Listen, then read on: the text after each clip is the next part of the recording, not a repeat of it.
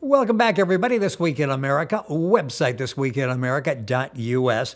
Legacy Series, a story of mankind's sojourns through history, describing one man's incredible journey through several lifetimes as far back as 1 million years, along with the blunders, the triumphs, the many worlds and places where those experiences took place. 5 episodes in the series, a million-year-old romance. You've got space battles, intrigue, interdimensional scientific and spiritual principles of life, today's false religious beliefs, other secrets exposed in detail, been described as a must-read for every truth seeker, a novel 30 years in the making. The Legacy series is written by Robert Maxxim, a frequent guest on the program. It's his incredible journey through several lifetimes as far back as 1 million years. As a child, Robert experienced several sleep-time visits to other worlds, witnessed countless alien craft. These experiences continue to date in both the wake and sleep states. He spent over 40 years studying science, religion, the science of life. He lives and works in Illinois in the field of information technology. And he's back with us to continue a fascinating series of discussions. Robert Maxxim, author of the critically acclaimed Legacy series. Robert, welcome back to the program. Always fun to have you with us. Same here. Thank you. We have got so much to talk about, and if you go to Robert's website, which is rgaetan, Gaetan.com, or our website, thisweekinamerica.us, you can send us questions that Robert will talk about in the program, and we've got a bunch of them for this month's program. Robert, let's get started. First one, how can your visions be used to help society and better our lives?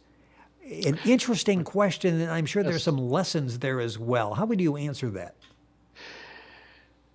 Well, these visions were meant for my own spiritual evolution.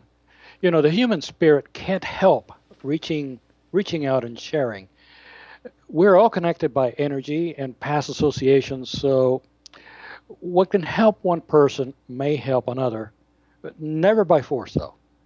Only upon request, and then much care must be exercised. So help to society must come from an individual's own initiative to want to sort out the truth. Everybody has to go through the cycle of discovery. And like the old adage says, men are best convinced by reasons that they themselves discover. So there's a lot to discover out there, and life is short. So best recommendation is, let's get out there and learn. Let's get out there and discover. The discovery process, is that ongoing? Do you feel that you've discovered everything, or do you keep an open mind and you'll find maybe even several times a day, wow, I just discovered something different today? In the infinite, you're never standing still. You're either moving in one direction or the other. There's no stagnant point. And that's the beautiful thing about eternity. It is infinite in learning and development. There is just no end to it. Robert Gaetan, our guest, Robert Maxxim, our guest in the program. The website is rgaetan, Gaetan.com. You can also go to the website unariusunited.com to get some information. Both of those websites are available at our website, thisweekinamerica.us. Robert Maxxim, the author of the Legacy series. This is an interesting question. They all are. This one in particular, why are you here now in this present life? And then this is interesting. Are the radio appearances part of a plan for your life? We've been doing these for about 1.5 years now. Is this part of a master plan? Oh, indeed. Radio, seminars, books, all appearances are opportunities to learn about myself and add positive corrections to several levels of my consciousness. My present conscious expression is one of many development stages or reincarnations on this plane, where I'm able to put physical experiences and lessons learned in between lives. I'm able to put them together and evolve progressively. Every incarnation is like a classroom. It's like a life. And you get to learn from what you experienced in previous lives and what you learned in between them. I know that I have done many appearances also in other past lives, and each time I'm sharing and expanding on what I have learned. So these opportunities that I have to share are basically a development process for things I have also done in the past. Is everything you go through, is there a purpose when you're going through trials and tribulations and good parts of your life as well? Do you think, okay, there's a reason I'm going through this. There's a lesson here. There's a reason this is happening. Absolutely. Not only have you planned your life out before incarnating, but you also have patterns from past lives that come in and interact all the time. So you're getting hit from both ends.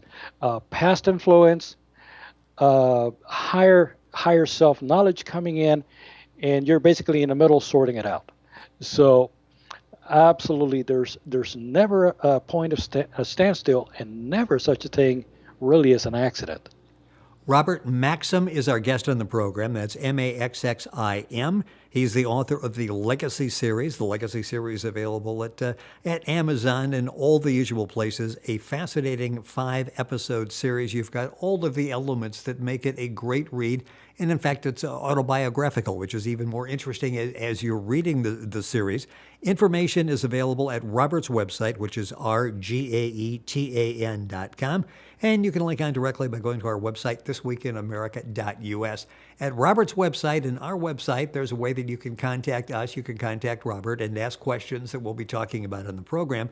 Another listener question coming says that what is actually meant by true science of life? I hear you talk about it. Exactly what are you talking about?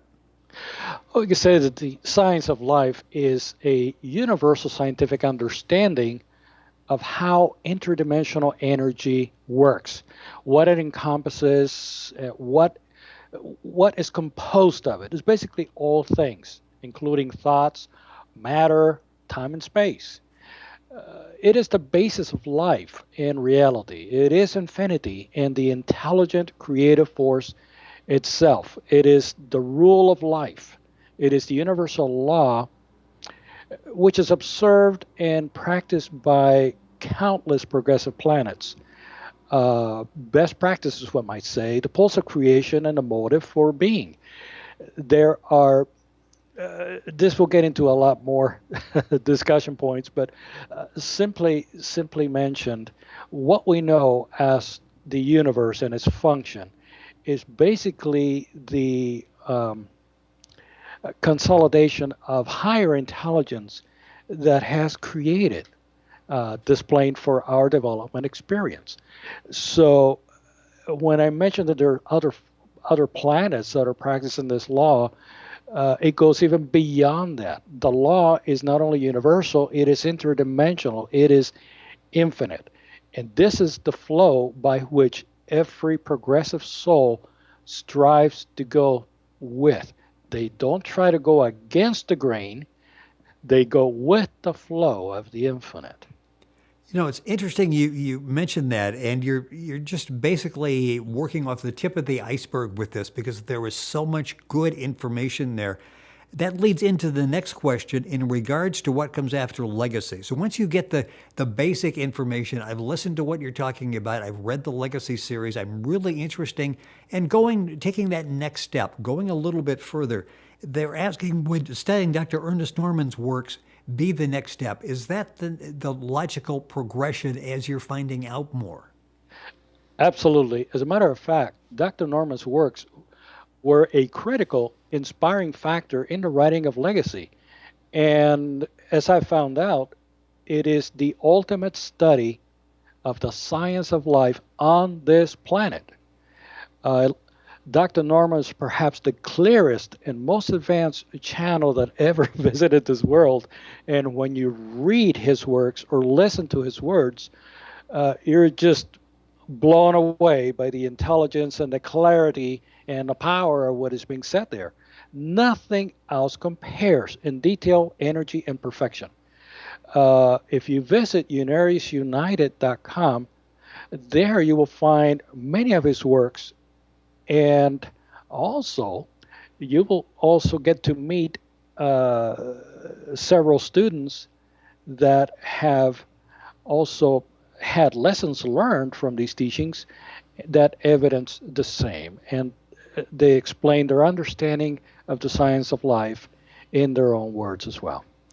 And that sort of ties into the next question. We obviously have a number of people that have watched and listened to your appearances who are interested in finding out more, again, taking that next step.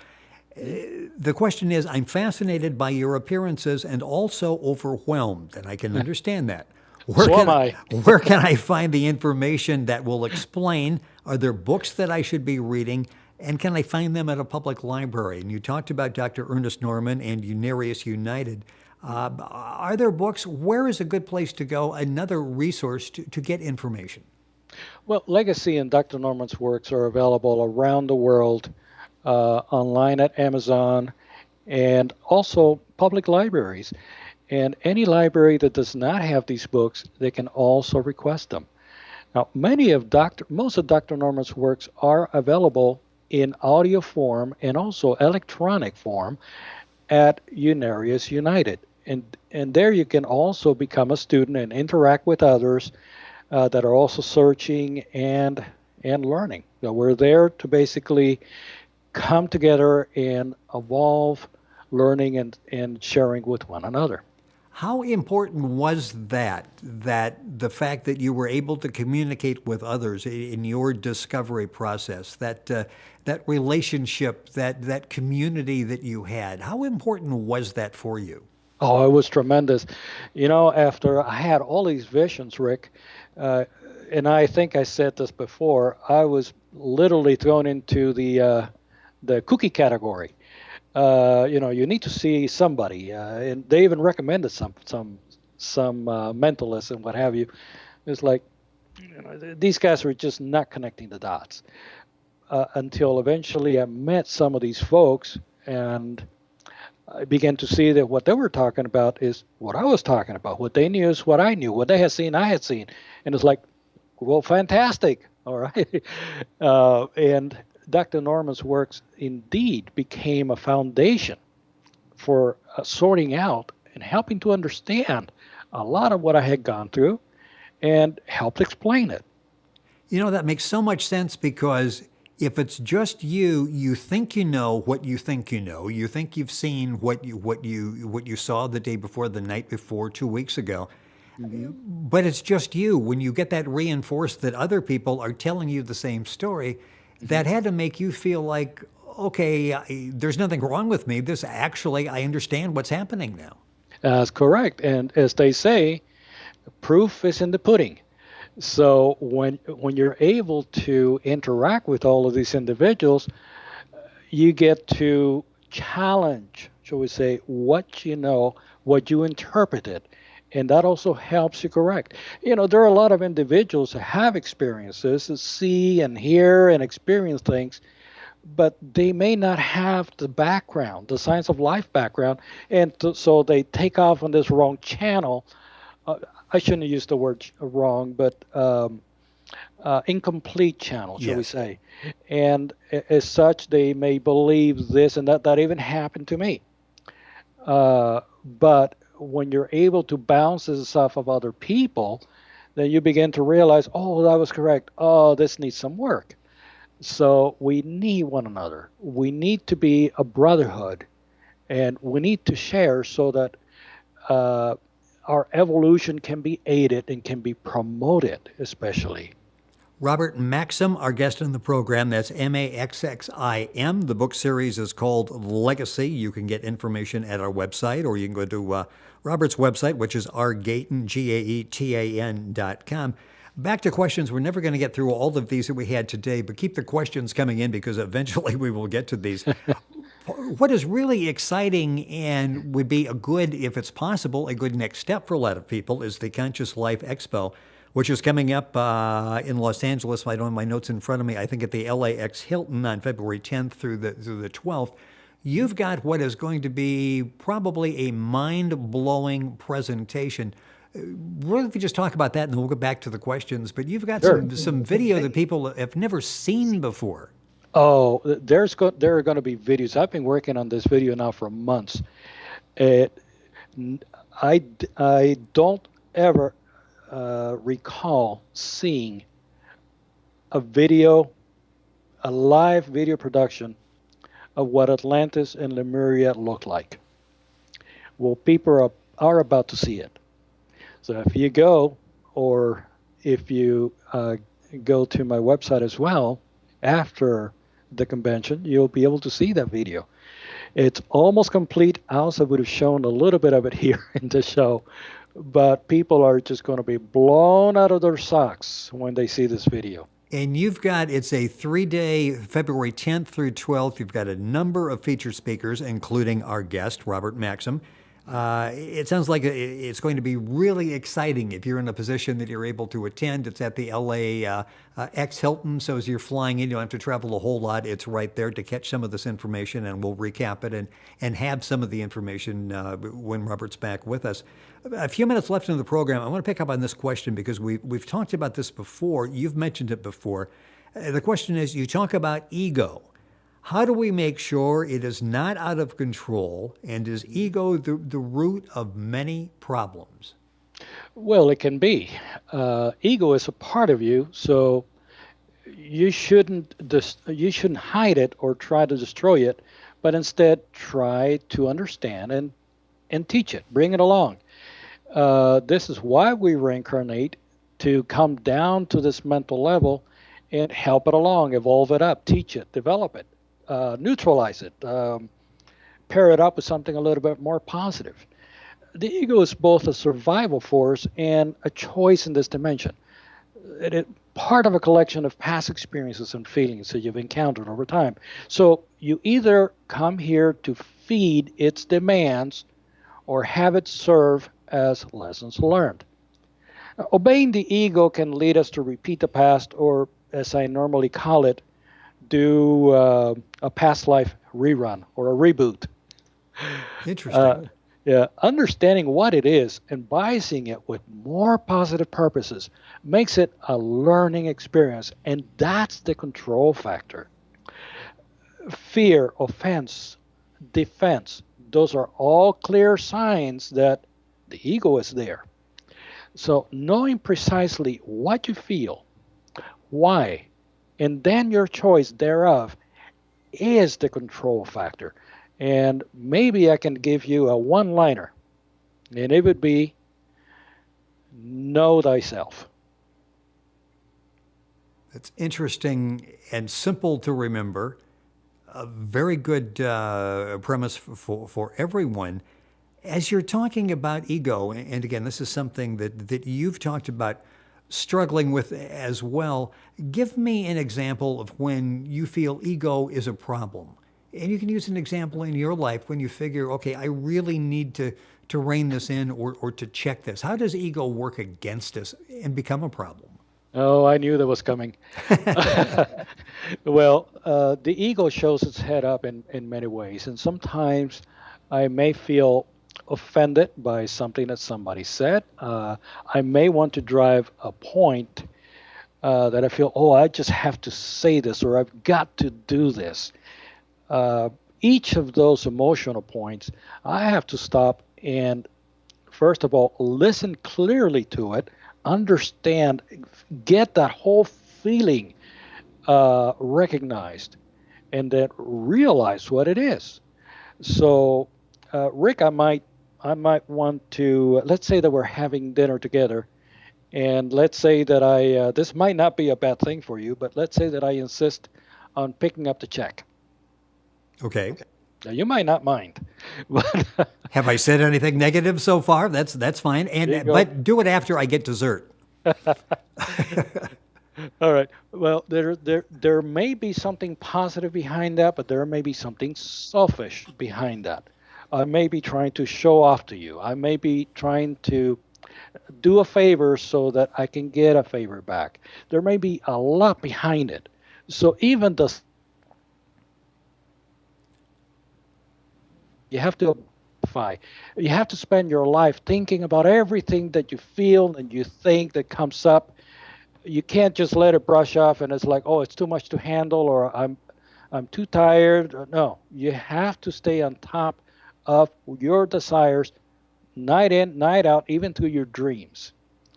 This is the only way that you can come to understand how you are, what you are, and then be able to control it. Just don't act on everything that you feel. Step back, objectify it, and after you do that enough, then you begin to learn from it. Dr. Norman came up with a very nice system. And what he did is he created the self-improvement chart.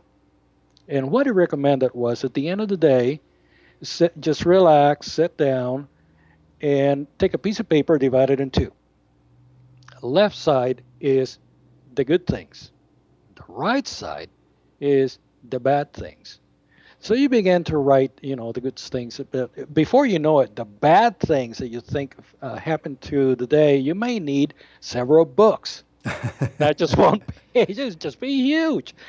But this helps you objectify, teaches you to be objective. So as you're going through the day now, you no longer wait for nighttime. You may do it during lunch. You may do it at 3 p.m. The next day, you might do it at 10, at 11, at 12, at 1, at 2. Before you know it, you're doing it every second, every thought. And you're able then to start making some clear definitions. This desire of mine is not adequate from my perspective. It may be adequate to someone else, but for me, this is not something I want to do. So you basically will do sort of a running assessment throughout the day.